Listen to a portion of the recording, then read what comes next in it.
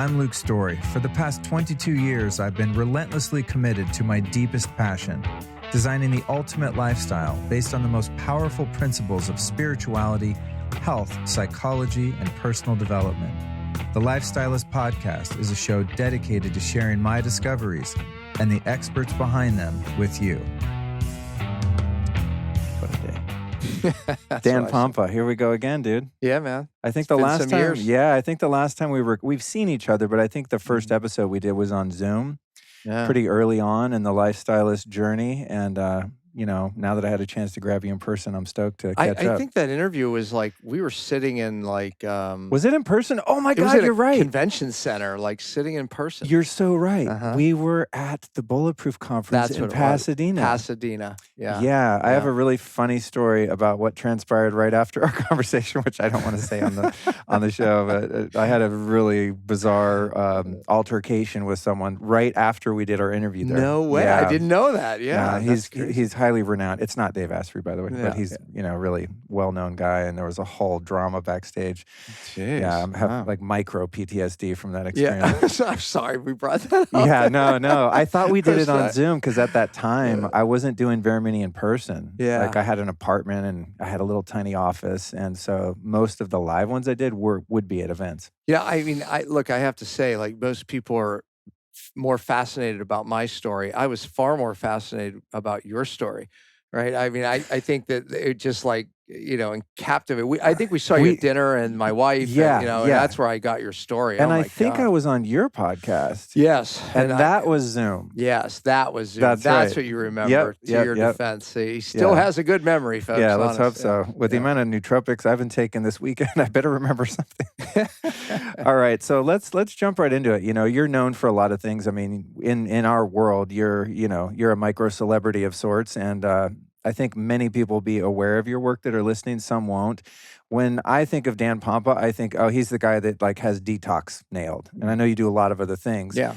But I haven't really done a show on that in a while, and I haven't done a show with you specifically on that. So I thought we'd focus on that today because it's obviously just probably more important than ever because of the world we live in. And we're just under like a complete assault, from all directions. Wow. But it's fixable, I think. I think you have some codes that can help people learn how to purify their bodies and as a result, have some lasting health.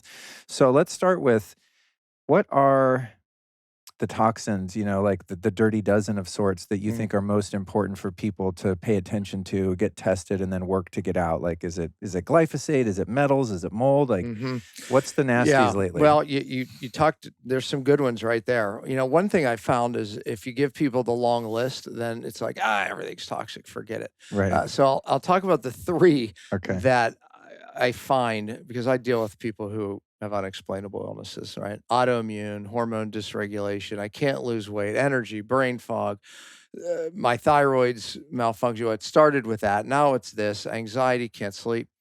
All right. So when you look at what's the big cause of these symptoms and everything that I just mentioned, there is three that I can focus on. Oh, cool. And if I give people three, I think they can go, okay, yeah. Now what do I do about it? How do I know, right? So we'll get down to that path. But you mentioned mold, right? I mean, I hate mold. I despise it. I hate it. It's evil. It grows in dark places, right? I mean, think about it. There's no light and it's dark and it is in fact evil. But I guess I feel more that way just because, I had such trouble with mold. And did you go through that personally? Yeah. Oh, yeah. Oh, okay. Yeah. I mean, I became, very sick in 1999, and I was, sick, very sick for 3-4 years, just searching for answers. I mean, from pain to purpose, right? I mean, everything I teach today came out of me figuring out my own battle. And then many other things occurred too. We ended up adopting 2 kids, one on the autism spectrum. So my work developed through a lot of pain. You'll hear in a moment my wife's story, right? She had very high lead levels that she got from her mom, hormonally disrupted her. That lead ended up into my children. The number one source of lead is your mom, and it's inherited 4 generations, right? So when we think of some of these heavy metals that we'll talk about, remember that point because that really had an impact on my family. But back to me, as far as how I got into this, it was, it was unexplainable, but it started like most people. It was, I was fatigued and I couldn't understand why. I was a very, active athlete at the time, training for elite bike races, best shape of my life, arguably. And all of a sudden I fatigued. So any good athlete would say, well, I'm overtraining, cut back, came back. I was worse actually. And it took 2 weeks off, which in my world is a long time. Worse again. So I knew something was not right. I just didn't know what. But worse got very worse. It ended up into anxiety, insomnia, bizarre headaches. If I even forget about riding 100 miles on a bike, if I walked down the street, I was left fatigued. So I couldn't exercise in any capacity. My gut went, food intolerances, chasing foods, sound sensitive. I mean, bizarre stuff started, right? So that's where it started. It ended me finding out that I had a few things, which I always call perfect storm. Everyone typically is looking for the one thing, and it's typically not. It's typically three stressors that come together. Do you remember the George Clooney movie? No. See, I didn't say the name because I wanted to see if you'd say that. It's not ringing a bell. It's called The Perfect Storm. Oh, okay. But yeah, George Clooney played it. I'm kind of aging myself there because that was like an 80s movie. I'm not too far behind you. All right, okay, yeah. So anyways, they in the movie, they described it very well. Two storms come together and catastrophic storm. I mean, if you have two storms, it's a bad storm. I'm sorry. If you have three storms, catastrophic storm. That's the perfect storm or the storm of the century. But that's what happens when people get sick is you have three stressors. You've probably been dealing with one or two, and then you get the final storm, and that's what the bottom falls out. I was living in a moldy home at the time, unknowing an old home, and I had some dental work done, and amalgam fillings contained 50% mercury. They vaporized the mercury, and I was left fatigued. I didn't know it at the time that was the start of the problem because I thought it was just the anesthetic. I thought really didn't make the connection. But I looked back, I think it was 3 years later, and once I identified, that's when it all happened, right? And then later I put together that it was the mold in the home because I realized I was mold sensitive, so perfect storm. A lot of exercise, training at a very high level, living in a moldy home, mercury toxicity that I really built up my whole life. I mean, I had fillings in, I had many sources. My mom had fillings. There's a study called the Drash study from a German study. The number of fillings, ladies, in your mouth is proportional to how much mercury is in the baby's brain in utero. And that was an autopsy study. Really? Yeah. So pretty accurate, my point. So once again, just like I said, the lead is inherited 4 generations. So is mercury. And not only is it inherited physically, the problem too is you turn on genes. And you even turn on genes where it makes it more difficult to get rid of it. So now we're kind of born doomed, if you will, to have these issues of weight loss resistance, perhaps, or thyroid condition. Right? We turn on the genes. The point is, though, is like I said, this stuff can be inherited. It can turn on genes, but the physical inheritance alone. I had the mercury in my brain, and the thing is what I teach today, really, the mastery of it. A lot of people go, oh, I detoxed heavy metals. I detoxed this or that, right? But, might have cleared your body some. But really, how you really change people permanently, a lasting solution, is getting it out of the nerve tissue, the brain in particular.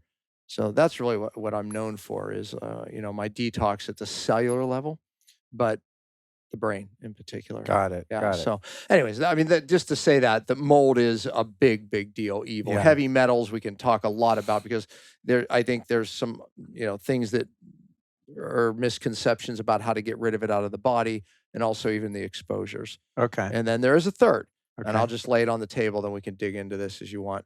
But hidden infections. So you find that people that have a lot of immune challenges, maybe it's autoimmune and even lower immunity, they have hidden infections in the form of cavitations, which, let's say you had a root canal out when you were a teenager. It heals over and no pain. After 20, 25 years, now you have an infection in your jaw that you don't know is there that is basically going systemic. And then remember now all of a sudden you might do just fine with that for many, many years until you have other perfect storms or other storms that come in. Remember, these are the 3 storms that come together is what I'm always looking for when I'm looking for why someone's not getting their life back. So you have a hidden infection that needs to be found correctly, which is we can talk about. It needs to be dealt with correctly. Root canals are known to give off biotoxins into the system, into the circulatory system, and create problems and unexplainable illnesses. So those are what I call hidden infections, and those are the things that are overlooked by most practitioners. I mean, for sure on the allopathic side of things, but even on the functional medicine side of things. I find that in functional medicine today or alternative medicine, we find that we're doing a lot of expensive testing, gut testing, DNA testing, but I feel like it's almost pulled us further away from what is the cause of why someone still doesn't have their life back. You can look at their microbiome till the cows come home, and what are we going to do about what's affecting it? You can look at their DNA and SNPs and say, oh, this is better for you. Maybe you should try it. But what are we doing that really affects even the SNPs, or what genes are even turned on? So I think that's the bigger conversation. We're having it. Yeah. It's funny you mentioned hidden infections. I recently did a couple tests with in John Lawrence's clinic in Florida, and I was having some issues with tinnitus, and so I went down there and got this sort of cutting-edge stem cell treatment in my inner ear, which was really wild. And he and the other doctor from Korea that were there, Dr. Shim, said, you might have a long-standing sinus infection, like a Marcon's infection. Yeah, Marcon's. And I thought, hey, man, I mean, I've been like doing nasal rinses for years, and I used to get sinus infections a lot. I feel like I don't really anymore. And I took the test, and indeed I had one. And so, I'm thinking, oh man, how long has that been there? And, what are the metabolites of that infection that are affecting not only my ear, but probably the rest of my body? And in that same trip, I also did a prostate test and I had 2 bacterial infections there. And I'm like, God, the 2 that I found, luckily, and maybe you have some insight into this, are also difficult to treat, right? Because one's antibiotic resistant, so it's Marcons are antibiotic resistant, and typically people in mold exposures end up with those. Oh, yeah. Well, I'm about to do some mold testing. But, it's like you have infections in parts of the body that are relatively easy to get something to, right, to get rid of it. And then you have other little pockets like the prostate that's really hard to even get to. And that's probably why the infection can be so long-standing, right? Because you have this sort of closed capsule without a lot of blood flow in there. So we did some ozone injections through the perineum, which was interesting to say the least, and did a bunch of TRT and PMF and stuff. But I mean, I'm a guy who's always looking at this stuff and optimizing, and I feel great. My energy, sleep. I mean, I don't have any problems really. So imagine a person who, as you said, is, lost their life essentially and is sick and can have multiple infections like that and even other ones. I mean, it's a pretty important thing to look at, I think. Yeah, for sure. But going back to the mold, I think that many of us think about mold toxins in terms of when we can see it, right? I mean, we've all probably checked into a hotel or Airbnb somewhere humid in the, a tropical region or something. I remember a trip to Thailand and I checked into this kind of a hostel and I walked in and there was black mold all over the walls, and I knew enough at that time. I was like, get out. And we ran and paid a lot more for a better hotel that hopefully didn't have it. But in Austin where I live, it's humid and hot and mold is just a huge issue there. And most people I know that end up getting sick from mold had no idea that there was mold in their house. It's almost always the case, isn't it? Is it? Yeah. I mean, I'm like, well, did you see it under the sink? They're like, no. We don't. It's just there, right? One thing that I've noticed there too is you'll see a building site and they'll excavate. Because you drive by the same site every day. They excavate. Then you see them pouring a foundation. Then they throw the sticks up, and then they start to. Sometimes even, put up the sides of the walls, whatever they're using, the insulation and stuff. And then it'll rain for 3 days. Yes. And then they seal it with the plastic. Yeah. And then they come in and just seal it up. And I'm like, oh God, I feel like I need to send a letter to the future owner, like, get out. Is mold really much more prevalent in humid areas than dry areas, or does that even matter? No, it matters a lot. Look, humidity, what happens is your bringing humid air in, and it's running through an HVAC system, your air conditioner. And what happens is the coil, which makes the air cold, ends up turning, it turns on, it turns off, but what's happening is condensation builds up on it because of the temperature differences, and mold ends up on the coil. So one of the tips that I always give people is always, always, always in humid environments, let your fan run on all the time. Do not put it on auto, because auto, it shuts off and then it builds up, mold's forming, and then it turns on, shuts off, turns on. So always, always run it. You want your humidity under 50, always. So in those humid environments, you have to keep it under 50. Otherwise, you're going to end up with a mold problem, because it's enough air humidity to feed a problem that's already existing. Look, mold needs water and food, all right? Where does it get the food? Drywall. I mean, it's hard to believe that we're still making drywall with paper, which is cellulose, which just happens to be the perfect food for mold. It really is remarkable. And then we have, wood, right? I mean, so the drywall is then added to wood, which is another great food, cellulose, right? So, all we have to do is add water, and now we have mold, right? It's like you're trying to grow mold in a building. Absolutely. And look, I mean, how many people have had a water damage incident in their home? If that's not dried within 36 hours, you have a mold problem. So it needs to be torn out, right? And they think, oh, it's dry out here. But what happened down in the wall is the problem, in the ceiling. It's wet. You have insulation. It's been wet. It's wet for weeks. And now you have mold, right? Right. And, out of sight, out of mind until you don't feel well, right? And that's the problem, is because that's how you don't see it. You don't see it. And by the way, you don't smell it when you live there all the time. You become sensitized to it, Right. or desensitized. So running the fan all the time is good advice. What about getting a dehumidifier? Yeah, no, that's good advice too. If you live in a humid environment, especially lower levels, they're going to be more humid. Okay. And dehumidifier, keep the humidity under 50 for sure. Another great advice are these things called ERVs, energy return ventilators. They're building homes, as you mentioned, right? You said how they build them, they seal them with the plastic, right? It's wonderful. Keeps your heating bills better, right? Yeah. It keeps them down, more efficient. And if you get a leak, it keeps the water from coming in. But the problem is it keeps your house sealed, and water doesn't dry because there's no ventilation, and also it keeps the chemicals in the house.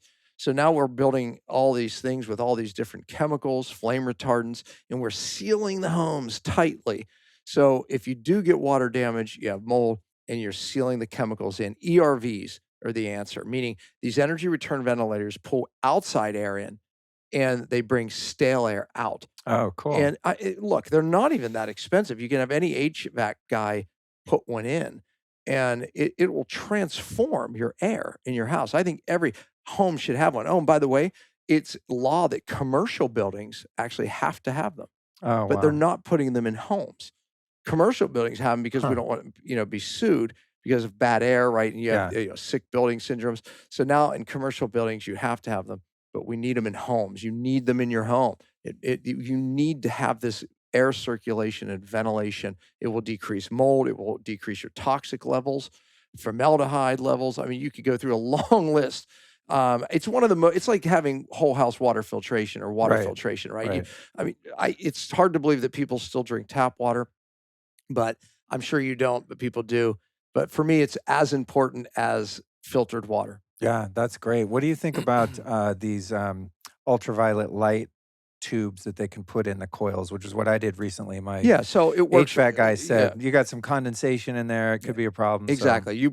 You put ultraviolet light above the coil, and it's going to be good. It'll keep it off the coil. Now, it won't work throughout the system, and they make a lot of claims that, how it diminishes viruses, but it passes through a little too quickly for that, but it definitely keeps mold off the coil. Okay, cool.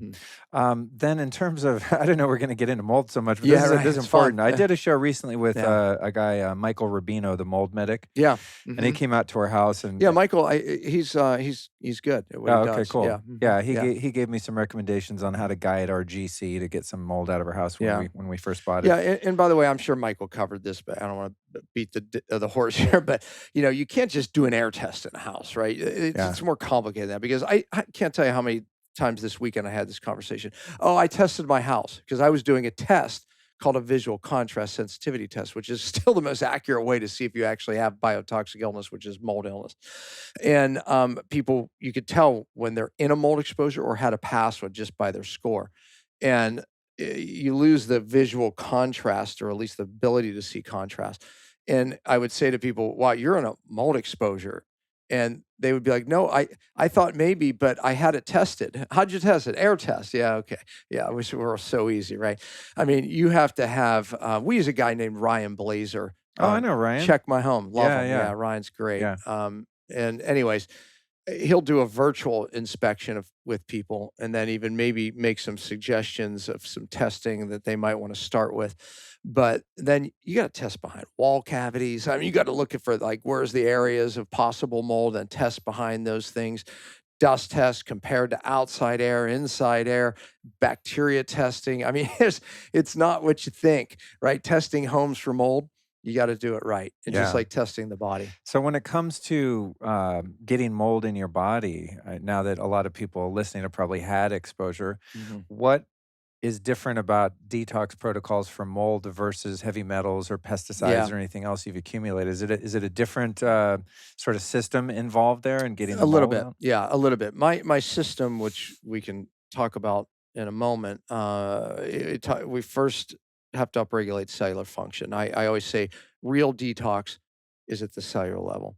And by the way, that's a big pitfall. We're going to talk about the pitfalls of detox. That's one of them. They don't fix the cell. And I say you will never get well unless you fix the cell. Real detox is at the cellular level. So when you upregulate the cell, you start moving biotoxins from the cell. And we use some things to move the biotoxins out of the membranes because that's where they tend to be. And then we use chelators in the gut, or binders in the gut, more often with a mold protocol, because it tends to go to the liver once you move it from the cell in the tissue, and it binds to bile. And then you dump the bile in the gut, and you'll just keep reabsorbing it if you don't grab it. That came from Richie Shoemaker, that protocol where he was using cholestyramine. I always give credit where credit's due, and credit's due there, where he discovered accidentally that process of pulling the bile, and then the magic happens later. But I think the mistake is made. You still have to fix and upregulate the cellular detox pathways, otherwise you're dead in the water. But that combination in using binders, and we use them 3 times a day as opposed to once a day with a typical regular detox. Okay. So little hard to understand. I don't want to, without really seeing that drawn out, but yes. I get the idea. I mean, and people can go to your site, and you work with people, right? I work with some. I work with very, very difficult cases now. Okay. And I will coach them for a whole year just because my goal is really the cases I work with, you have to teach them the process, like what I teach my doctors that I train. Otherwise, they'll not do it long enough to matter. Okay. I think that's another myth, if I will, about detox is, I detox. It's 3 months, right? You did heavy metals 3 months, right? Okay, yeah. I was pulling heavy metals on my brain for 4 years, by the way. A lot of people, I think, a detox is doing. I mean, I used to do this, drink green juice exclusively for 5 days or something. You're like, I'm good for life. Yeah, that's what I'm up against. Yeah. And it seems like what is in our world, our space, it doesn't leave oftentimes, right? Like even though things have been disproven, like chlorella, right? Chlorella, I have nothing against chlorella. It's actually a really good superfood. And it's a very minor, weak binder, but it is not the heavy metal magnet. It doesn't do, in Petri dishes, it looks really great. Like, wow, look at that. But when it hits the microbiome, it absolutely is not a good heavy metal binder, right? So there's these myths. Again, that's another one. Cilantro too. Cilantro is another one. It moves metal out of the brain. My wife almost had to check me into the insane asylum because I juiced cilantro and I mobilized so much. It's a weak binder. I mobilized so much mercury around my body. I thought I was going to die, and she claims I wanted to commit suicide, and she's probably right. Wow. Yeah, so not good. You're just we're hitting on all these like detox myths that leave. It's like government. Once something is like low fat's bad, it's always bad then. We can't ever tell it, even though we've proven it's not bad. It's still there. There are these kind of thought memes that permeate. I mean, obviously in the Western medicine model, there are many, but in too. ours too. Yeah. Right? I mean, listen, I have nothing against saunas, colon cleanses, these things, but if it's not how you get someone's life back that's truly deeply toxic. And they could be a part of it. I have nothing against saunas. I recommend people do it, but you have to do it with the proper detox going on. You have to be upregulating cell function. You have to use real chelators and binders around it. Otherwise, you're going to mobilize toxins that end up deeper in the brain, deeper in the nerve tissue. So it's not as simple as just doing a colon cleanse. It's good to keep your bowels moving, and darn it, there's a place for it. So I'm not speaking bad about these things, but it's not like I did detox. Right. Yeah. Well, I think I took that away from our conversation when you used the term that you use obviously a lot, is the cellular detox. And the way you explained it is there's degrees of detox, and you have your upstream, right, the cell, which you're speaking of, and then you have all of these cascade of different things that might be helpful downstream, right? Absolutely. But if you're drinking green juice if you're really toxic, let's just say, as I argue most people probably are at this point, if you're drinking green juice for 5 days, do a couple colonics, do some saunas, you're still way downstream. Yeah, way downstream. From where it counts. Yeah, way downstream. And look, there maybe is nothing bad about drinking green juice, although a lot of thallium poisoning and arsenic poisoning comes from green juice. So you might want to be a little careful. Dave Asprey and I would probably agree that kale is, potentially not the best food on the planet. Yeah, concentrating oxalates into a tasty drink. Yeah, and thallium. So there's that's funny because I problems. don't do a lot of green juice anymore. I used to juice all the time and stuff, but I went to Erewhon last night because I miss my beloved Erewhon. I don't know if you've been there. It's like my kids were there at this trip. I didn't get to go. Don't go in unless you have a lot of room on your credit card. But I got a green juice and I drank it this morning. I just felt drawn to it, and it was good, and I feel fine. But I mean, I used to pound a lot of that, and then I would start looking at, well, even if it's organic, let's say you're drinking a celery juice, like the what's his name? What's that guy's name? The medical medium. It's got people on celery juice, and it's probably great, but if that stuff's grown, even it's organic, it's grown in NPK fertilizer. I mean, you're concentrating it. Yeah. You're totally dysregulating all your mineral balance, So it's so weird how there's some things that do have a benefit, but then if you really look into it, there's also a potential downside. Yeah. In terms of the metals, what about and we can talk more about the methods of detoxing, but there's a lot of different ways to test, right? You have the hair mineral, what are they called? The HTM, hair mineral analysis test, right? Yeah. And that'll show your mineral levels supposedly and the metals you have to a degree. And then you have like a challenge urine test. Yep. And then you have a blood test. Where are we nowadays? Because I haven't done a lot of those lately. What's the gold standard of like testing for metals? I made the comment earlier that it's brain heavy metals that really are the problem, like aluminum and mercury and others, but those in particular. There's really no way to see brain metals without biopsy, and I don't know that we're going to sign up for that. Yeah. So I doubt that's going to happen. We've got to open up your skull and take a little tissue. Take a sample. What part? I don't know. Will I be okay? Maybe. Take it out of my amygdala. Like I want to relax a little. Yeah, exactly. Yeah, good point. But I keep putting my hand on that burning stove. I just can't remember that it's bad. I don't know. Why do these cars keep honking at me? I'm so relaxed. Yeah, right. That's not good. But anyway, look, there's no perfect heavy metal test. I say that and people are so astounded by the comment. I'm disappointed. Yeah, we all are. I was waiting for the silver bullet. Right, yeah. But I'll give you some options, right? Okay. So, blood. If you have an acute exposure, it will show up in the blood. After a few days, it's moved on to tissue, right? We can challenge it out in the urine. Or let's back up. A urine test, right? You're only going to see what your body's getting rid of. We can use a chelator and challenge it out, which for some metals has great value. And we can see, pulling it out of the more extracellular tissues, and then we can see a higher level if you didn't use a chelator. It's very accurate for lead, some, thalliums, gadolinium. So there's, some other things that are stored more in body tissue, but not so good for aluminum and mercury and some other metals. So it has its limitations. Hair is what typically it's showing what your body's getting rid of, right? So it's really not going to be where your problem is. Like there was a couple autism studies done, and they found that the autistic kids never had mercury in their hair, right? Which ended up to be the red flag. If you actually had 'Cause some they're, mercury, you're able to get rid of it, right? And their right, they're body not wouldn't shut methylating it, down. it's just stuck. Yeah. Okay. So, so you can see that there's some limitations with the testing. There's a new test called the Oligo scan, and it's a Europe study. It's gotten better over the years. I've done some, checked its reproducibility, meaning tested me and some other people, and then an hour later, 10 minutes later, retested, and oh, it's the same person. That's a good sign. But it's like we know that, because I hate testing where you do it and then you do it an hour later and it's completely different. They say, yeah, but the test itself treated you somewhat with frequency and now it's different. Okay, I know that's what you said, but I'm not buying it necessarily. This test shows intracellular, what's in the membranes, toxicity, and it's gotten better in that they're able to, it's the same technology that if you take and look at a plant or an herb and you want to see if there's heavy metals in it, you'll hit it with ultraviolet light. And photospectrometry is what the technology is.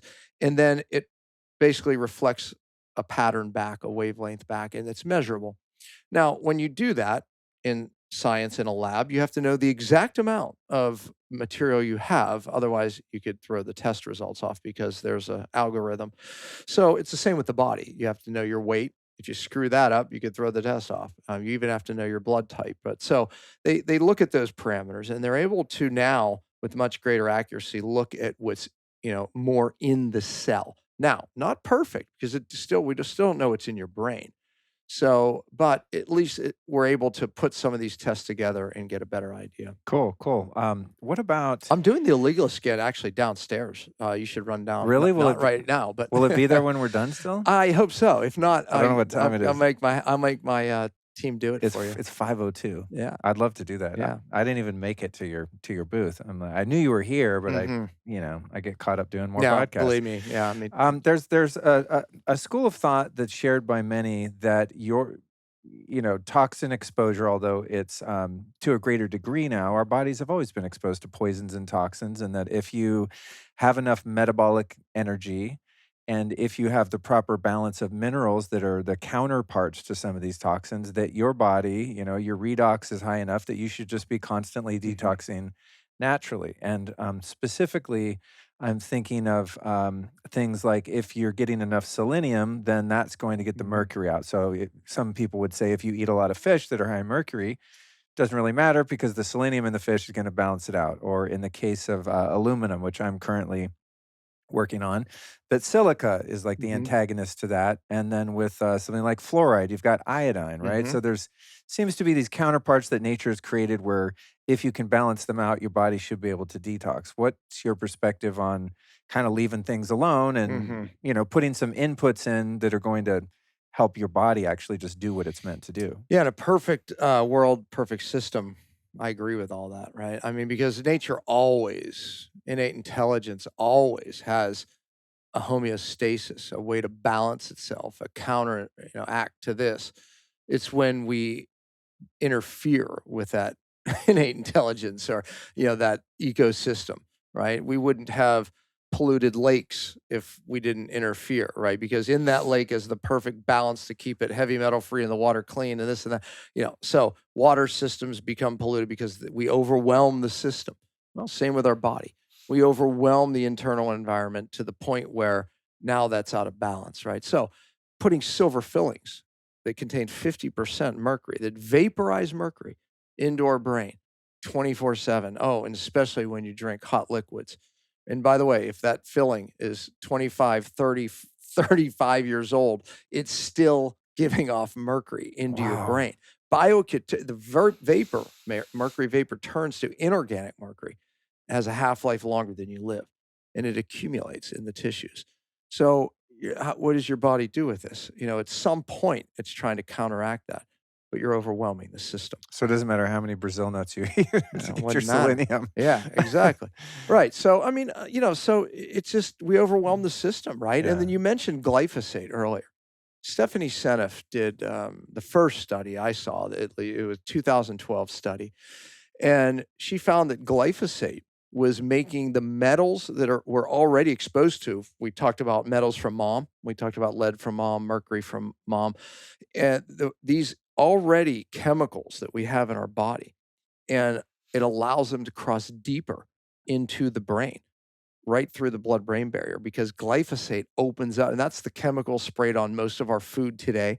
Unavoidable to some degree, even if you're eating 100% organic. I was but shocked way to better. learn that some farmers use glyphosate to actually dry the wheat. Yeah, no, it's called desiccation. But it As if increases. As like it's not bad enough to spray your crops with it just to keep pests off or whatever. Yeah, it's called desiccation because it makes it easier to harvest, so you increase your profits. Oh, man. So if it's so healthy, why wouldn't you? If it's so healthy. So, anyways, in the company, Monsanto says it is healthy, so why not increase my profits? So you could see. I mean, we can definitely trust them, though, right? Yeah, I mean, of course, yeah. So anyway, but it's opening up our gut barrier, it's opening up our blood-brain barrier, and it's making the situation worse. I'm still answering your question of yeah, we have these natural processes, but look what we're doing. We're overwhelming it. We're, vaccinations that still contain mercury and definitely aluminum. I mean, we're overwhelming the system. We're shutting down the detox pathways. But to your point, right, where I say, look, the detox is at the cellular level. If we don't fix these pathways, it doesn't matter how much selenium you take. It doesn't matter how many chelators you use. You have to fix what's broken at the cell, because these pathways are there for the purpose of removing toxins day in, day out. Listen, when you make energy in your cell, you make waste. Just like if we burned wood in this room to heat the room, we would die if we didn't get the smoke out. This room would become like a toxic cell and we would die. That's happening in our bodies. The cell becomes inflamed because of toxins in the membranes, and now it can't get the good stuff in anyway. It doesn't matter how you eat. You can't even get the selenium in the cell because it's so inflamed. And now you can't get the bad stuff out. And now your genes, your DNA is in that cell too. And now you're triggering genes. And these cells are duplicating other bad cells. So when I say you have to fix the cell to get well and real detox is the cellular level, that's what I mean. So when we look at most of the detox that's going on downstairs, if you will, we're at a conference, it's not real detox.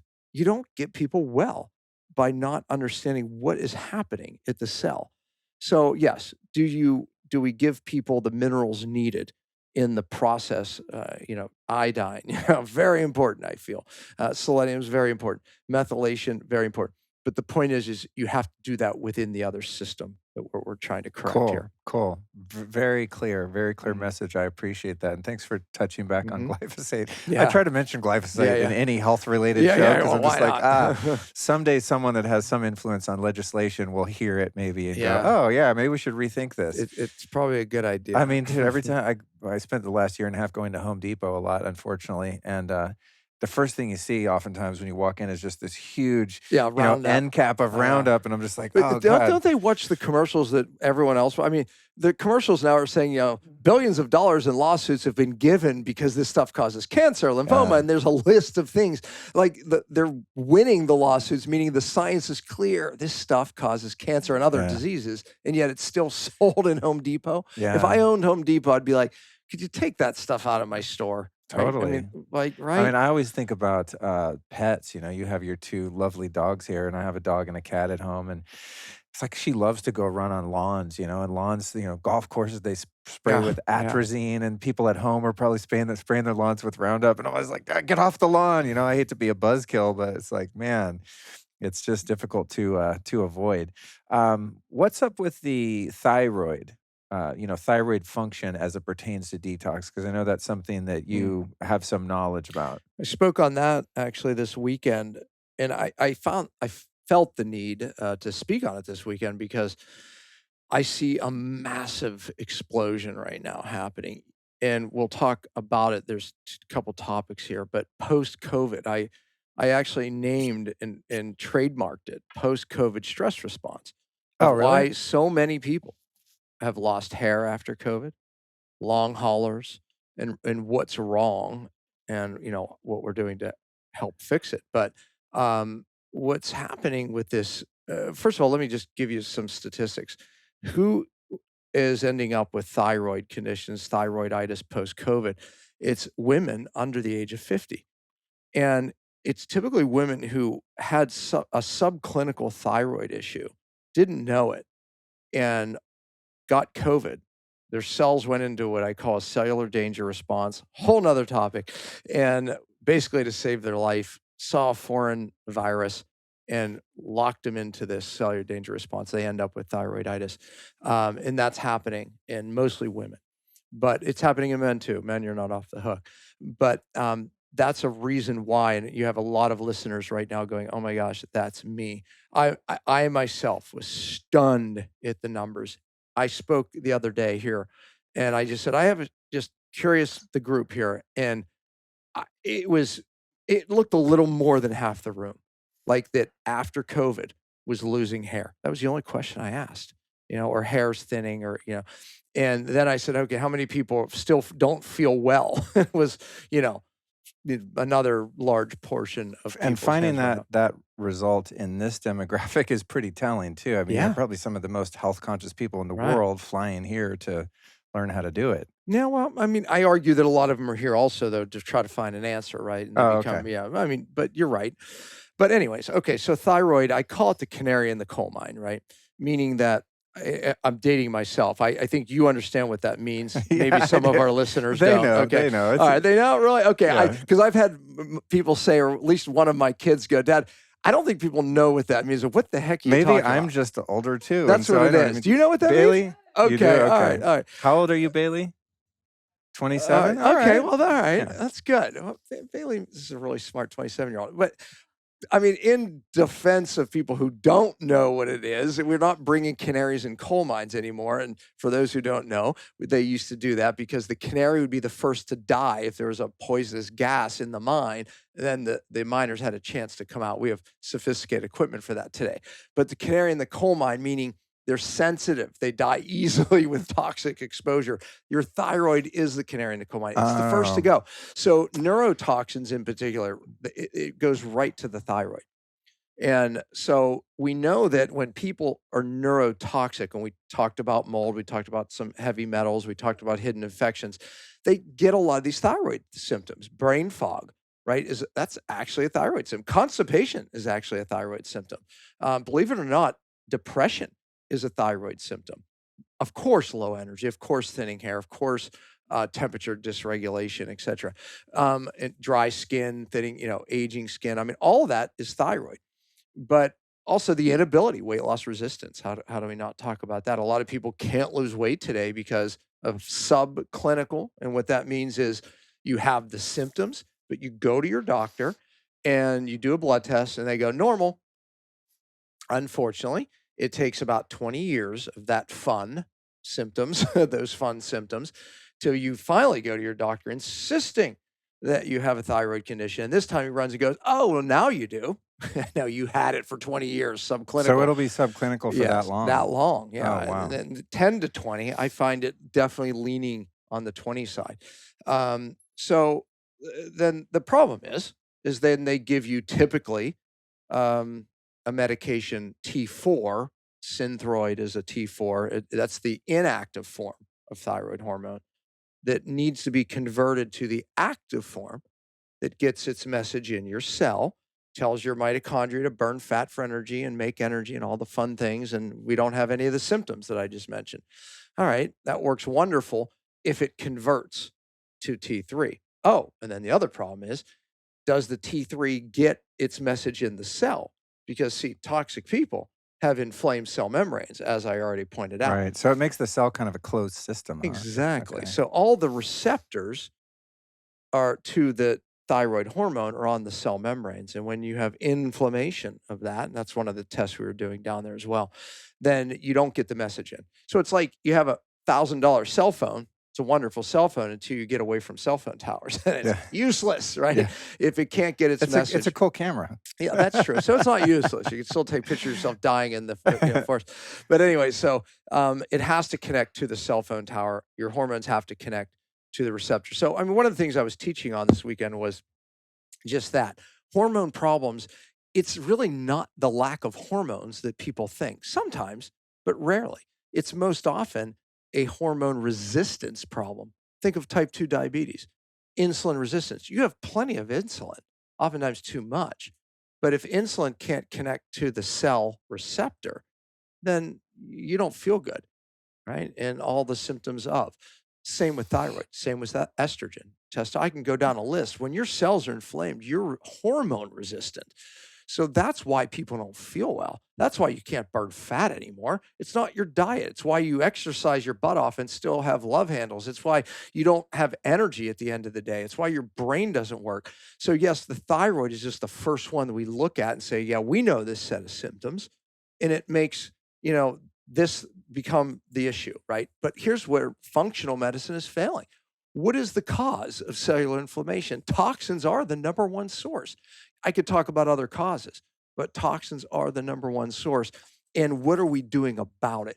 Because I just said that hormone problem is a cellular problem. So if you're not dealing with the toxins at the cellular level, then what are you doing, right? So, and by the way, you're not going to fix the gut if you're not upstream dealing with the toxins that your body's just painfully trying to get rid of, half of which end up in your liver, in your bile, and dumped in your gut, destroying your microbiome. I've heard people say, well, real detox, or not real detox, but detox, you should fix your gut first before you detox. I laugh. If it were only so simple, I can't fix the gut in any of the people that we work with until we work upstream. It's like you bought this new plot of land. You're so excited on this gorgeous river, and you go down and you realize the fish are dying and your plants are dying and the ecosystem's destroyed. So you spend a lot of money fixing it, putting new fish, restocking, algae, the whole thing. You're smart enough to put the microorganisms in there. 3 months later, all dead again. And you do that again, you spend more money this time. Then your neighbor comes down and says, George, you might want to save your money. 20 miles upstream, there's a factory dumping mercury into the water. Yeah, you're never going to fix it. Well, this is what we're doing, right? We're trying to fix the gut. We're trying to fix the thyroid. We're trying to fix the adrenals downstream. What's upstream? Why is the thyroid failing? Why your adrenals shot, right? There's a reason. I think a lot of people with the thyroid, and I'm certainly no expert on it, but as I age, I'm starting to perk my ears up a bit to it. But I think a lot of people think when you have thyroid dysfunction, it's just a normal, natural part of aging, right? Oh, when you get older, your thyroid does this or that. In this country, you're right. Right. Yeah, in this country, you're right. It's common, but it's definitely not normal. And then I think the sad part is like I said, people listening and watching, they go to their doctor and they do end up on the med. And I already said that if it doesn't convert, most of the conversion takes place in the liver and the gut. Oh, by the way, to convert T4 to T3, you actually need selenium. What depletes selenium? Mercury, as you pointed out. Right? So, yeah. So the point is that you can't, if you don't make that conversion, in people that are toxic, have toxic livers that are straining and guts microbiome, right? So you don't make the conversion. Right. And then again, I said, even if you do make the conversion, your membranes are inflamed, the receptors are blocked, and the hormone can't get its message to the cell. So with the thyroid, you know who Ray Peat is? No. Dr. Ray Peat. He's an older guy, really brilliant guy, and he has a lot of somewhat controversial views. But there's a whole kind of, I don't want to denigrate them by calling them a cult, but he has people that are obsessed with his work. And one of the things that he sort of recommends universally is supplementing with thyroid. And so I was curious about that. And so do you know Craig Conover, Dr. Craig Conover? No. Down in South Carolina. He's a former guest on the show, and I hit him up and I said, man, I'm just a little low energy, just kind of getting tired in the afternoon. And, he said, you know what, I'm going to send you some desiccated thyroid and just take one of those every morning and see how you feel. And I'll be damned, in 3 or 4 weeks, I have a lot more energy. So I take one a day, and it's just kind of become part of my... Desiccated thyroid is, it's definitely a better way to go, because in the desiccated thyroid, you have T4 and T3. Oh, okay. So you have a full set of hormone there, right? However, I would argue, that, look, your cells can deal with lower hormone levels as we age. It's normal aging. Especially as you age, your cells become more sensitive to the hormones, and it's a normal part of aging. I always say it's very difficult to win the hormone game. There's a time and a place for hormones, for multiple reasons, right? But again, we realize today, I think more than ever, that it's the sensitivity to the hormone, meaning your cells has to hear the hormone, that really is a healthy person. So as we age, very healthy people, when we study healthy cultures, their hormone levels lower. It's very normal. Otherwise, you start making too many bad cells. So it's normal, but the cells hear the lower levels. That's the problem in our country, is that the cells are so darn inflamed that they're not hearing the hormones. So what are we doing? We're taking hormones, which sometimes makes us feel better. But I'll give you an analogy. It's like yelling at your kids. You don't have kids, so it's a bad analogy, but those people have kids. It's a great I have a dog. I'll give you another analogy hyper. for you. Okay. Okay. It doesn't work with dogs either. So if you yell at your kids in the beginning, it works. Meaning, if you're taking hormones, in the beginning, it typically works. But then when you're yelling at your kids all the time, it works less and less and less till you're yelling louder and louder and louder to the point where you're like, okay, this is not working. And then if you start whispering, it actually works better. But that's like the cells. Hormones, you need more and more and more. Typically, it's just less and less and less because you're really not dealing with the problem. And that's the cell's ability to hear it. The receptors. The receptors. Okay, cool. Yeah. Wow, very interesting. But desiccated, though, like taking a glandular can be supportive of a thyroid. Got it. But I would argue if you still need the support all the time, you still have something more upstream that you should concern yourself with. Right. Yeah. Okay, cool. Very good. Very good. Next up, I want to get into the binders. A lot of people are into zeolite, right? And then this came out years ago. Before that, I heard about like calcium bentonite clay and charcoal, and then zeolite kind of hit the scene, and I was taking that and everyone was kind of taking it. And then there was a big scare about heavy metal contamination in the zeolite. So you're trying to detox your metals, and then you're taking zeolite. And so when I did my recent hair metal mineral analysis test with upgraded formulas, a guy that's been on the show, Barton Scott. Yeah, Barton. They recommended, and I worked with the practitioner that read my results, and he got me on this little dropper called Cyto Detox. Yeah, and I looked at it. Guess where that came from. Yeah, well, that's what I figured out today. And I was like, hey, he recommended it. I said, zeolites. No, this zeolite is totally safe. It works great. He's got his clients on. He said, I get great results. And I looked at it. I'm like, I'm taking one little dropper. It's a tiny little dropper bottle like this size, and I'm thinking, what's that going to do? I used to take spoonfuls of zeolite and clay, but he swears by it. So maybe give us the breakdown on zeolites, how they work, how they don't. This is a great conversation. We'll call this binders and chelators, okay? Because there's a little bit of difference in the myths around them. Yes, zeolites are loaded, typically very toxic. Mike Adams, I forget when it was, maybe 3 years ago, he tested like all of them on the market. And they were like all had lead and arsenic and all kinds of bad stuff. They're essentially like ground up rocks. Absolutely, right? Okay. So they hold ground minerals, right, or and heavy metals. So you have to always clean them. But the problem is when people clean them, they destroy the cages, and that's kind of how they bind, is these little cages. And if a product is clean, because we have a lab that we were able to test these in, typically they're just broken into pieces and they don't matter anymore. So there is a process to clean it and make it still intact. Okay. Right. So, and to answer your question, like how could that little bit be in a bottle? And by the way, I have no ownership of the company anymore. But I still believe in the product. I was the initiator of like how the technology came together and really bringing scientists together, how we lipolyze that little particle. Because the problem I was having is zeolite particles are big. They stay in the gut. Great gut binder if it's clean, if you have a clean one, right? And most aren't, so be careful. But we wanted to get it into the circulatory system. So we had to make the particles smaller, but yet keep them intact. So that was a process. And then we had to liposome them, put them in a little fat particle. And that got it through not just the gut better, but it also helped it into the membranes. So, that was a help of, some really bright people that I kind of brought together on that project, honestly. But so it's a great product. It's a clean product. And you don't need much of it because we're trying to we don't want it to be in the gut. We want it to go systemic. And I use the product to this day. I mean, I like I said, I have no ownership of the company anymore, but I absolutely use it with my Would that be clients. just a good general maintenance for people? Yeah, I mean, I prefer it in my system, but yeah, I mean, you can, Yeah. absolutely use it like that. But I use it in a system of upregulating cell function, and then we'll talk about gut binders and that importance in a minute. Okay. But okay, so zeolites are true, and you mentioned carbon. Most carbon also is dirty. Again, things that come from the ground can be dirty. You can use coconut shell carbon; it's cleaner, little different binding capacity.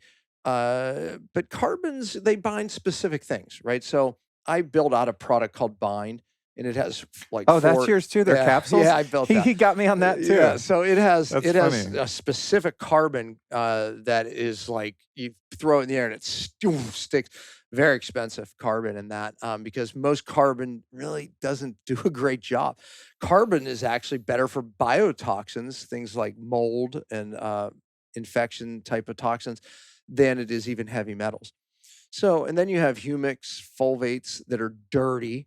I mean, it took us 13 different companies to find a clean one, and we still test batches that are dirty. You still have to test every batch. Most people For don't. Fulvic and And humic acid? So Okay. these are in a lot of products today. To your point, they became popular, but I'm telling you, these things are dirty and you have to be very, very careful. Okay, but these are most of those things just stay in the gut and they're not really systemic cleansers. People don't understand that. So when we're dealing with the various binders, obviously there's the cleanliness of those binders is really important. Something Yeah. came to mind when you talked about the fulvic and humic acid. I've been a huge fan of Shilajit for a long Yeah. time. I take probably a gram of that a day. And I've also heard with that, it can be very problematic in terms of contamination, mold, bacteria, viruses, metals. It can be really nasty. So I always look for, a trusted brand that's going to show me their lab reports to see that it's clean. If one had a clean Shilajit source, the one I like is from a company called Mitolife because they're in little tablets. Pop them. Yeah, I haven't tested it. I would say it's great if you could get the clean source. What I would do if I were you, labs, you can pay them to test a product for, and that product particularly, I would say, test it for, microorganisms as well as heavy metals. Yeah. But, Do you think the humic and fulvic acids in Shilajit, if you were to take a clean source and enough, would assist in the detox process? Yeah, or- no, it does because the reason why I use binders in the gut that don't leave the gut is in my system is because the toxins, once you upregulate cell function, then it moves the toxins to the liver. They bind with bile. I kind of explained this Yeah. about mold, right? Yeah. And then it dumps it in the gut, and then you'll just auto-intoxicate, and you'll Right. keep auto-intoxicating. You'll right? just So reabsorb it. in my system, we upregulate the cell functions, right? And that's my 5 R's, where I have 5 R's, which is a roadmap of how we upregulate the cell functions, right? So, and we could talk about that in a minute. But when we upregulate the cell detox pathways, it starts to move toxins out of the cell. We use then chelators and binders, and there's several of them. Cytodetox is just one, and we want them out and around the cell to grab the toxins and move it all the way out of the body, so you don't reabsorb it somewhere else, right? It's that's the problem, is it'll end up in your brain or somewhere else if you don't have those chelators around you. So that's where chelators are used. You use the binders in the gut because when a lot of it ends up in the liver, it binds to bile. The bile is dumped into the intestines to digest fat. That's what it does, but it brings the toxins with it. The unfortunate part is in the lower small intestine, you absorb the bile back to the liver, so it doesn't have to recreate it. But what does it bring back? It brings the toxins back around. Right. Auto-intoxication. Oh, man. So we grab those toxins away from the bile and pull it out. So step 1, upregulate the cell function, right? Step 2, we need chelators out here. So people that try to detox just with chelators, you're only working out here. You're not working at the cell and you're not working in the gut at all, really. So you want to grab them here so you don't auto-intoxicate when they come out of the cell. And you want to grab them in the gut so you don't auto-intoxicate from the gut. So binders and chelators. Chelators are more used in and around the cell. DMSA, wonderful. It uses a sulfahedral bond called a thiol group, and that is a very strong bond. But the problem with these guys is, number one, they're water soluble, so they don't pull metal out of the brain. They don't get it from the cell, but they do wonderful of grabbing it once it comes out of the cell and the tissues and moving it all the way out of the body. It's released very quickly, but that's the problem too, because you have to take DMSA every 4 hours. Otherwise, Oh, if wow. the level drops, then you create more circulation. You have to keep the level up. DMPS is another one, but you have to take it every 8 hours. EDTA is about a 10, 12-hour half-life, so it's a little easier. But all of those chelators have good things and bad things. And some people do better with some and others. So we come in with a whole basket of chelators and binders and things because everybody's different. So everyone wants the box thing. And I created a box program called TCD some years ago. And I hated it because everyone just wanted the box, right? And it's like, okay, I created this for this. It's like, but detox, you have to use different doses for people, right? Different chelators. And is this based on the testing? Yeah, I mean, no, it's based on people's responses. Okay. They go, man, I feel worse on cycle, right? Got it. And detox is also always cycled, right? People try to stay on to you. You have to be on, you have to be off. You have to be on just like in nature. Detox is always cycled. So anyways, I told you that was a big topic around binders and chelators. That's what I mean. Yeah. These things are misused. They're misunderstood. People think that they can just use them, right? Not the case. That's kind of me. One of the things that I do, actually, I've been using the Bind product lately in lieu of activated charcoal, but oftentimes that's a better product though, because it's way more and it's clean. When I'm not even trying to do like a detox protocol, but I know if I eat something really shitty that has, whatever, pesticides, artificial colors, etc., and this is a little bit borderline eating disorder, I think, but I'll eat something I know tastes really good that's kind of shitty, and then I'll take charcoal afterwards. Yeah, I mean, it's not a bad strategy, though. I mean, if you eat something, see, remember, it's a gut binder. So you can mitigate a lot of bad oils. You can mitigate some toxins, some glyphosate by taking Bind. Okay. Bind has carbon. It has humics, fulvates. It has a product when I was in Africa. It comes from this baobab tree. And it's an incredible tree. These trees live like thousands of years. They're fascinating trees. And this fruit comes off a tree. It's about this big. And then you crack it open. And the Africans, they like use this stuff for everything. But we found this stuff to be an incredible binder. What's it called? Yeah, they call it baobab. Oh, okay. I mean, so because the guy I just interviewed a couple hours ago before you was talking about the baobab tree and something that comes out of the fruit. Yeah, and he named something. Yeah, well, that's it. And he wasn't even talking about detox. I was there in 2005. Else. I said, let's export this stuff. So we actually started the process of like, okay, let's get this going. You get busy and you just drop the ball. I dropped the ball on that. I don't remember how many years later somebody did it. And all of a sudden, they have their trademark name on the product that I now buy, right? Or the company that makes Bind buys to put in the product for me. It's like, there it is. It's like, oh my gosh, it's because it is an incredible binder, and there's some nutrient value too. But anyway, so Bind has 4 different binders. I'm developing another one right now with 7 new technology. So cool. I'll let you know. Cool. Awesome. Because as you're speaking, it's funny you mentioned everyone just wants the box, and as you were speaking a few moments ago, I was like, I want to text him after this and be like, all right, what's the deal? What's the box? I just want to buy, the 10 things, take it for a month, and I'm good. Right. It's like, see, I mean, that's the thing, right? You're my worst nightmare, but I love you to death. Meaning that like, when you deal with someone who is like sick and challenged, they're going to listen to what you say to get their life back, right?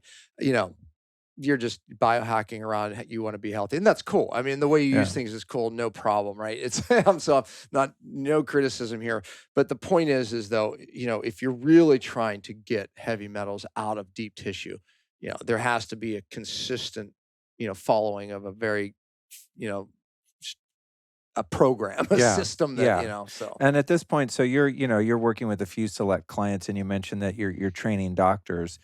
Could someone listening find someone that's, trained in the way that you've discovered what you're talking about? I 3 years ago with my children who were heavy metal poisoned, I kind of started that story a little bit, but passionate about everything that we do, they started Pompa program, which now has scaled everything that I do teaching doctors, and they're taking what I've been teaching directly to the public, people looking for answers.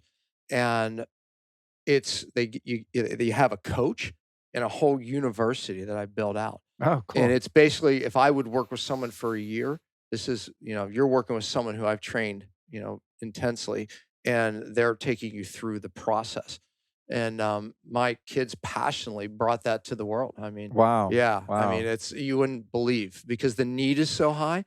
They have just exploded this scaled program of what I've been teaching for 20 years. Rad. Yeah. That's cool. And then for the first time, I'm also certifying coaches at my seminar. We'll talk about that. Great. Okay. Yeah. Okay, cool. Yeah, because sometimes I get great people like you on and you have answers, and you're like, well, I'm busy. I'm doing other things. I can't help you. And I always want to make sure that I leave the audience with, well, an actionable step if this resonates with them. I can give them, I just did a live training, and I can give them the thing. If you go to cellulartraining.net, okay, it's a live training webinar, and then that will lead you to the program. The webinar is spectacular.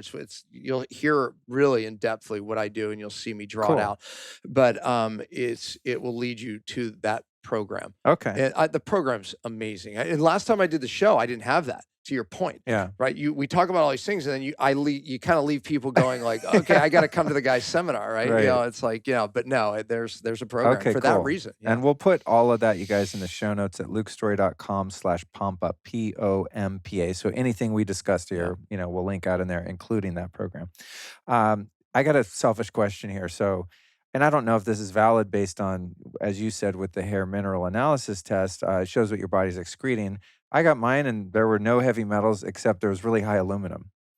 And so, I'm like, I don't know if that means that it's great because my body's getting rid of it through my hair in that 3-month period that we're looking at. But after doing some research, I found that silica is supposedly useful in getting aluminum out. So I got this brand called Organo Living Silica, and it's like a really concentrated, very bioavailable silica. So I've been doing probably 4 times the recommended dose of that, just drinking it every day. Do you think that is viable, or is that, again, just a downstream kind of Well, I fix? would say this. If it was in your hair, you probably were getting it somewhere, like a dietary source. I don't know how much you drink out of aluminum cans and those things, but, you could have gotten it that way, and that would be helpful.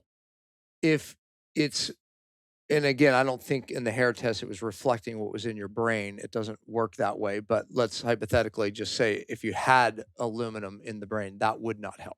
It's not that easy. Okay, cool. Good to know. Wah, wah, wah.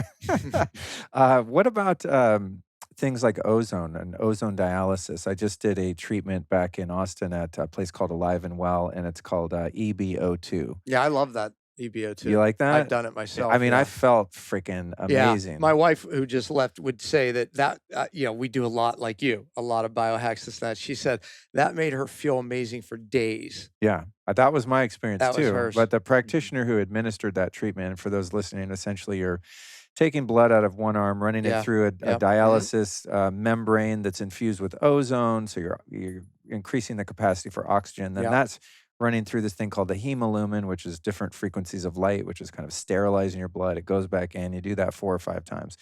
One of the things that they mention as a benefit, there's a lot of benefits, but they indicated that would be drawing some heavy metals out of the blood. Do you think that that's a valid assertion, or are there just other systemic benefits? Yeah, I would think not. But even if it was in your blood, you're very transient. Your body was excreting it most likely anyway. But I mean, I guess it potentially could get some, but I would not do it for that reason. Okay. You wouldn't be. I think there's other benefits. Okay. It's not that simple. That's what I. Okay, I wish, because you're seeing your blood go up in the membrane. I'm like, ooh, all those heavy metals are in there now. Bye. 45 minutes later, I'm like, I'm clean. Okay. But it is a really cool treatment. I mean, like you said, great treatment. Both myself and my wife walked out there just going, oh my God. Yeah. I mean, just mental clarity, energy, feeling really good. And it's apparently one thing that it's widely known for more so than the metals is helping people with Lyme and Epstein-Barr and things like that. If they do consecutive treatments. I think Dr. Yoshi, is that where you got it done? No, Oh, I thought that someone told me that you got it. I think it was John. But so that's who did it on us. Man, was that incredible. Yeah, cool stuff. I mean, I love sharing things like that are kind of fringe, but still validated and safe. Absolutely. I share anything that's helped me and I feel is helpful, right? And it's, it's a couple grand to do it, which is not accessible for many people, especially people with chronic illness that have Right. lost their ability Yep. to earn a living. But my thought is always, well, the more people know about this, Yeah, you're going to bring the price down. I mean, the Viome testing, for example, absolutely. was $300 3 years ago. Now it's $97, Yeah, right? So yeah. it's like you scale modalities like that in their popularity. Absolutely. You have Yep. more practitioners, more people are trained, it's Yeah. more widely available, and thus becomes more, relevant and also affordable for a Yep. wider group of people. All right. What about, well, actually, I was going to ask you about Viome. I saw something that you'd mentioned on your site, and I just interviewed Naveen Jain because it's been a couple years since we did a podcast, and he has a really broad spectrum of tests now available with his RNA testing. Do you have any experience with that? And is there anything in that pertains to your method of detox? Yeah. No, look, I mean, I think that microbiome testing is, all my doctors I train do it. I think it really is good to look at especially diversity or non-diversity because, that's if you have a diverse microbiome, that's health, immune health, mental health, health. If you have a non-diverse microbiome, that's lack of health. And same thing applies. So I think it's fantastic for that. I think it's still a little early. This is me. I love him. I love his testing. But to say, oh, you should eat this diet based on your microbiome test. The reason why is I challenge anyone to this. Do a test a month later, even a couple weeks later. It's very different oftentimes, right? And so one of my principles that I teach is diet variation is the way you gain diversity of your microbiome is change your diet. Every culture, ancient culture on the planet, changed their diet because they had to. Today, because we can eat the same 8 foods, we eat the same 8 foods because we like it, and it probably was what we thought helped us, right? But the fact is forced diet change creates diversity. So I'm not a fan of saying, oh, here's your microbiome, eat this diet. I think that, I don't know. It's just not that simple to me, but I think there's other benefits for sure. Okay, cool. And then what about parasites and their relationship to heavy metals? I hear a lot of stuff. And again, I don't know if this is valid, but for example, if somebody has insomnia, particularly during a full moon period, right, then you'll hear someone say, oh, it's the heavy metals and your parasites are gobbling up the metals or they're excreting toxins or whatever it is. Do parasites have a relationship to your methodology in terms of detox?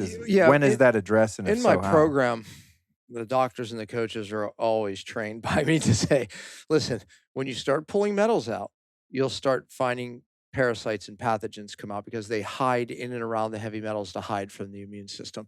So you will deal with parasites. You will deal with different pathogens, whether it be bacteria, viruses, oftentimes candida. Look, I could never lower my candida, and I kept getting parasites until I got my heavy metal load down to a certain point. Okay. Right. It's the terrain. Yeah. Right. Yeah. We know the battle, right? It's, Yeah. the terrain is everything. So it's, what's polluting the terrain, meaning that heavy metals and other toxins we've been talking about really violate the terrain and thereby allowing the parasites and the pathogens to exist, right? It's like you look at these people on farms that are exposed all the time, right? Or these, countries, they don't have it because their microbiome is so, strong because it battles these things off every day, right? So our bodies are meant to do that. However, take those people and give them heavy metals, and now they're going to get parasites. Right. That's the way it is. Okay, that makes sense. I'm glad we're able to tie that in here. Man, well, I think we pretty much covered everything that I want to cover. Is there anything that we missed that you think is pertinent to the conversation? I just want to give your viewers and listeners some tips on, because I mentioned infections and this was in my head. I hate mentioning things and then someone's out there with that problem and I didn't give them where they should start. You need a cone beam. If you think you might have a cavitation, cone beam. Now, here's a few cautions about a cone beam. A dental analysis, any right? dentist can recommend to give you a script to go get one. Most dentists do not have cone beam, and it's a 3D scan. It's a My 3D dentist X-ray. does. Yeah, that's we just good. did a show with him, which we'll have published before this, Dr. Nunnally, where he described Dr. Nunnally does it great. Yeah. And he's a great guy. Not all biological dentists do cavitation work. Okay, so that's one of the cautions. He does. Okay. Now, not all biological dentists read cone beam correctly. They don't even have the right software. So if you get a cone beam, don't run to your dentist, your average dentist in particular, and say he'll look at it like a plain film, and he'll go, "You look fine to me." But you have to have special software and you have to have training on reading it. Okay. So it's a very important. When I'm dealing with very challenged cases, we want to look at this. We need to look at the mouth and potential hidden infections there. So, very important. So we kind of finished out then the testing for the 3 things that we said, hey, look, these 3 things are very important to really detox correct and test correct, right? Okay. We talked about mold, testing homes. We talked about in the body. And we didn't talk about the visual contrast test.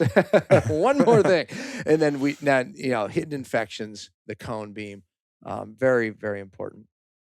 So mold, good place to start is a visual contrast sensitivity test. So it's what we're doing downstairs, part of one of the tests we're doing downstairs. When you get a biotoxic exposure, in particular from mold, and oftentimes even from these infections, you lose the ability to see contrast, these little gray lines. So we rule out eyesight. We want to make sure your sight is good to see them, but contrast is very different. And when you lose contrast, you'll go, are there even lines there?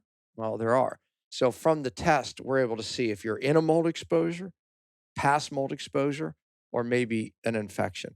So it's a very good test. Visual contrast, you could start by going to vcstest.com, and now they now do it online. Cool. So, yeah. Oh, really? Yep. You can do it on your computer? Yeah, they can do it on the computer. Now, it's not as accurate as the one we have in our offices, sure, but it's a really good place to start. Okay, cool. All right, man. Well, I got one more question for you. All right. Who are 3 teachers or teachings that have influenced your life or your work that you'd like to share with us? Oh boy, it's I can tell you, I gave credit to Richie Shoemaker earlier, right? Just because I learned a lot about mold from him. He really deserves that. A guy who passed away, Andy Cutler. Andy Cutler, I always give credit for understanding half-life of chelators and the ability of ALA, alpha lipoic acid, to move inorganic mercury out of the brain. The thing with Andy is that everyone from his work thought you could just take chelators correctly and get well, and later in Andy's life, I was saying, look, Andy, the key's the cell with using chelators correctly and he agreed with me there, I believe. But anyways, he ended up passing away, but I give him credit because he did such great work that most people today cite his work, but they never, give his name. And I always like to say, oh, that's Andy Cutler's work, because it's a piece of what I utilize in knowledge that is very, very important. I did thank Joe Mercola and Dave Asprey this weekend for what they do. And I said to them both, I appreciate it. I appreciated Joe Mercola for standing up against what most people were afraid to stand up against. And I thanked him for that this weekend. I thank Dave, the seminar, what he's done, biohacking, putting it on the map. I love giving credit to people who do extraordinary things. And a lot of people steal their information.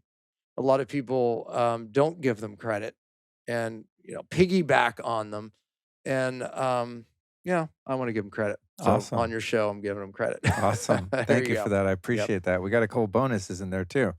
So we're going to put the show notes at lukestorey.com/Pompa. And so anything that you mentioned here, any website or anything, I think we're pretty clear on how people can kind of learn more about your work, and we'll put it in there. And man, it's great to see you.